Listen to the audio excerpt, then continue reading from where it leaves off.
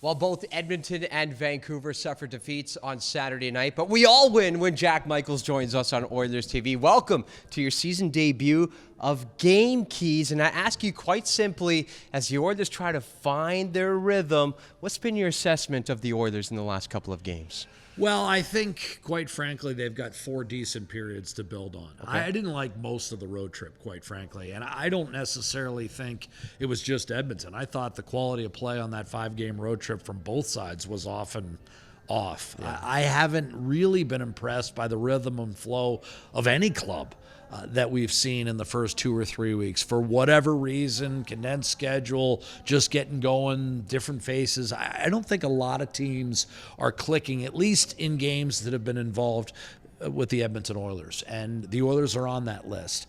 I thought a sense of urgency prevailed in their come-from-behind win over Montreal. 3 goals in the final 9 minutes, 2 on the power play. I still think there's work to be done 5-on-5, quite frankly. I think this is a team that's still looking for the right combos. I think it's a team that's going to make more changes in personnel in terms of how they're deployed, at the very least today against Vancouver.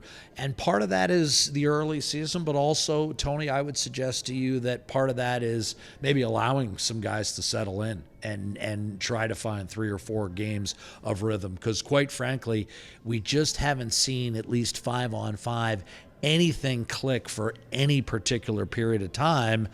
And it's kind of, one scratches the other. Yeah. If it's not clicking, you feel compelled to change, but then you're caught in a conundrum of maybe I stick with it and maybe chemistry, rhythm, and flow start to develop out of familiarity. And the power play has come through when it's needed to, but it's a matter of just 5 for its last 10. Yeah. It's a matter of getting that game at 5-on-5. Yeah. What is the difference right now? Is it a matter of being more decisive with the puck, shooting the puck a little bit more? I feel like right now the Oilers are passing up a lot of opportunities. Well, I think there has been some of that. I thought Seattle was an improvement in that regard. Yeah. They were double-digit shots on goal for the most part in all 3 periods, and finished with 33 for the game.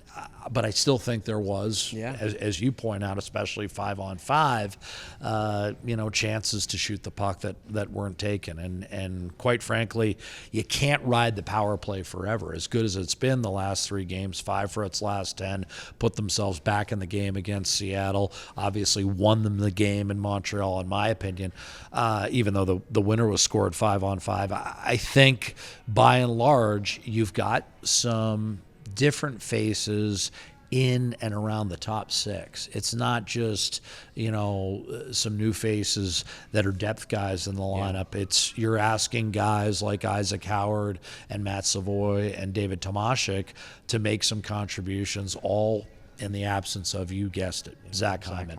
I think to some degree what we're seeing in the early going this season reinforces the idea that while McDavid and Draisaitl, and to a lesser extent Evan Bouchard, get the headlines for their offensive prowess in Edmonton, it's a guy like Zach Hyman, 2 years removed from a 70-goal season, that still accounts for a lot of that rhythm. He sets the table at that first line right wing position. He offers a reliable and experienced net front presence on the power play. I think Tomashik has had his chances down low, but lest we forget, he's not only a new player to the team, that's a new spot for him on the power play. Over in Sweden, he was the shooter on the power play. He wasn't the net front guy. It's tough to replicate what Zach Hyman brings to this team, and he's also a glue guy in the room. So, look, I have a deepest appreciation for the talents we get to see every night with respect to McDavid and Draisaitl.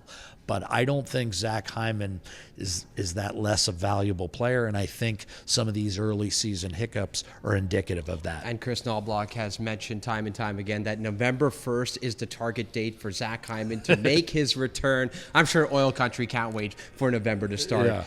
Tomorrow. But when it comes to the Vancouver Canucks, the home squad, they lost last night 4-3 against the Montreal Canadiens, have lost 3 straight. Now, they did acquire Lucas Reichel on Friday in a trade. Out of necessity. Out of necessity for a 4th-round pick.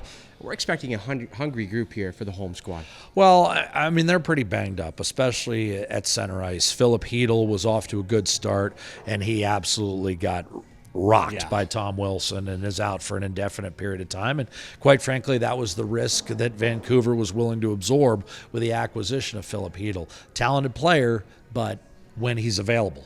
And Teddy Bluger is a depth guy down the middle that they've come to rely on. And quite frankly, every team that has had Teddy Bluger, he's kind of a reliable guy. Doesn't give you a ton of offense, but certainly is a two-way player, a penalty killer. So they don't have a lot of strength down the middle. Braden Coots wasn't ready yet at the NHL, so he's back in junior. So that's really three centers down from what we saw in preseason and in game 2 of the regular season when Edmonton completely dominated Vancouver and outshot them 37-15. Lucas Reichel was a guy that a few years ago looked like he was going to be Connor Bedard's running mate, and quickly slid out of favor. And you and I saw him in Chicago last year, and he was kind of lost at sea. Now, he was off to a good start for the Blackhawks this year, but clearly was not a fit and was not a fourth-line player. So Vancouver's given him a second lease on life.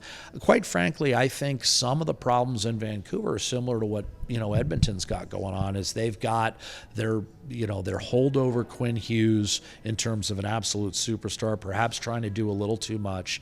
Elias Pettersson broke out last night. 3 points. Yeah, and that's a big game for him. He needed that desperately because he has been in a prolonged slump for going on a year and a half. So that could be a very good sign for Vancouver and an ominous one for the Edmonton Oilers. If he has that kind of game tonight, he is proven that he can be an elite player in this league.